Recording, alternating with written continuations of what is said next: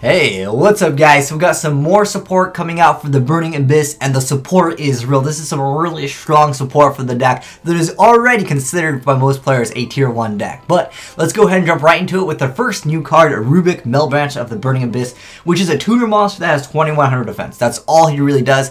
For the sake of making this too long didn't read, I'm not going to mention that the Burning Abysses can special summon themselves if you control their spell and traps, and they also will be destroyed if you control a monster that is not a Burning Abyss, and you can only activate the effects of their graveyards once per turn. So that's just something I'm not going to mention because all of them have that effect. But basically, he's a 2100 defense point monster that's also a tuner, and he's, of course, Burning Abyss. So he does not have a graveyard effect. That is something that is kind of sad, but at the same time, the new card, Virgil Rockstar, is just super good in the game, and I've already kind of covered that card, but they're looking pretty good with that card. I'm going to go ahead and jump over to the organization page just because it looks a little bit cleaner, which actually, they don't mention Rubik, because Rubik was actually mentioned previously, but anyways, the other card, the Melbranch of the Burning Abyss, 1200 defense, or sorry, 1200 attack, 0 defense, and of course it has the same effect and control no spell and trap, which we won't mention. But if this card is sent to the graveyard, you can target one face-up monster on the field, negate its effects until the end of the turn.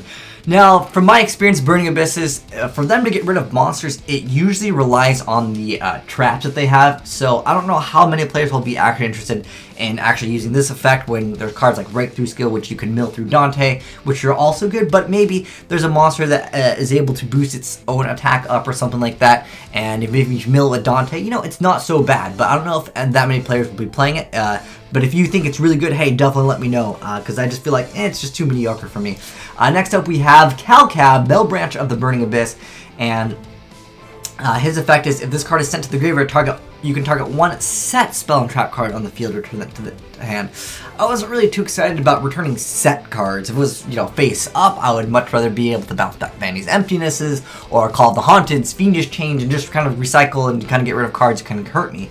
But the thing is, I really am not too excited about targeting set cards. I'd rather target one spell or trap. That's the effect that I kind of like. Target a set spell or trap is just not as good as just target a spell or trap. It has to be face down. And actually, they mentioned in the article over here, just because I know there's going to be some confusion.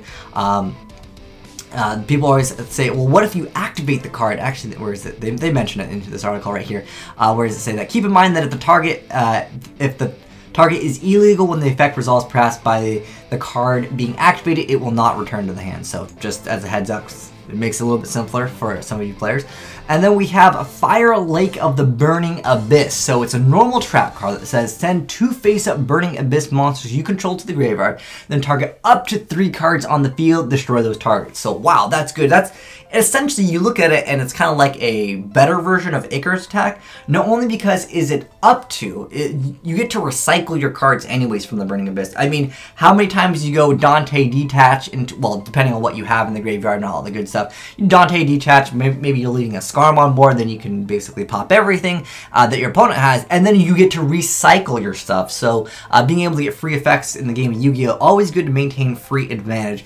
And I feel like this card's really good because if your opponent maybe has like Shadow Imprisoning Mirror, maybe Vandy's Emptiness, maybe you can set your new defender over here that has decent amount of defense points, that new 2100 defender, maybe you can set him, you know, your opponent activates Shadow Mirror, you can't do anything because Shadow Mirror is Shadow Mirror, and then maybe next turn you summon something, and then your other cards face up because they attacked into it, they didn't kill it, and then you're able to send them to the graveyard, then target up to 3 cards on the field and destroy that. So that basically is like a board wipe right there.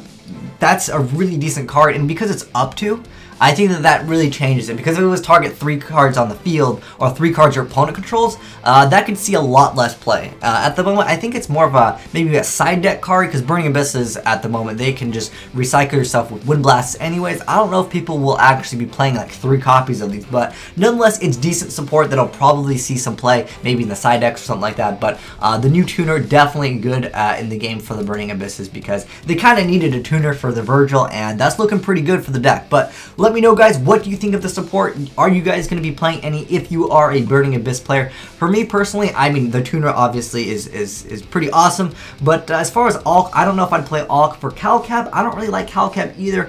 Fire Lake is decent though. I think I might try just one if I was going to be playing Burning Abysses, just as kind of like a tech card. Maybe if there's some people main decking Shadow Imprisoning Mirrors, maybe you're going to a tournament where you know that there will be a lot of competitive players.